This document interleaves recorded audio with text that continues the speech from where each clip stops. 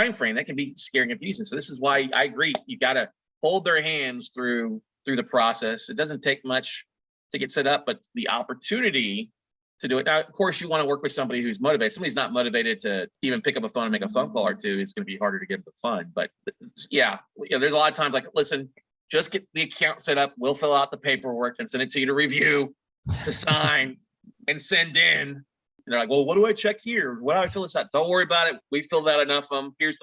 Here's a template for you, basically, and it can be a little bit a pain in the ass, but honestly, those are the clients that respect you and love you and come back for investment 2, 3, and 4.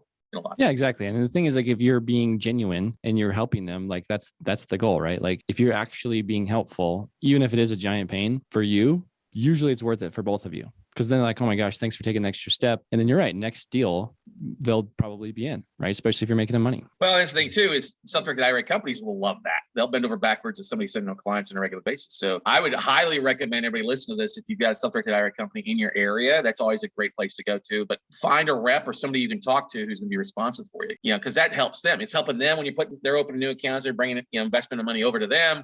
It's helping you because now you've got, I won't say liquid cash, but cash is a whole lot more liquid for you to use for your investments. And it's great for the investor because now they're like, oh, I'm in good hands. I don't have to try to fumble through the dark to figure things out in a lot of cases. Yeah. Well, Scott, we'll shift gears a little bit here. I got a series of questions for you, kind of based around mindset, but absolutely no wrong answer. So I always ask, do you have a morning routine? If so, you want to share it? Yeah. My morning routines, I get up, I feed the 4-legged furries we got running around the house here first, because otherwise they're going to try to eat my leg. Coffee, and then I usually go outside. I'd go meet my trainer, but with COVID shutting everything down, we turned our backyard into kind of a tropical forest. So usually the first 30 minutes after the coffee's brewed is watering my plants in our garden. And it's kind of a great kind of, we got the big palm trees, and I got tomatoes that are like 10 foot tall. And, nice. The birds, we got like 20 different types of birds that come to our house for seeds and to eat. And so that's always nice. And then I've been, the last couple months, I go for a walk.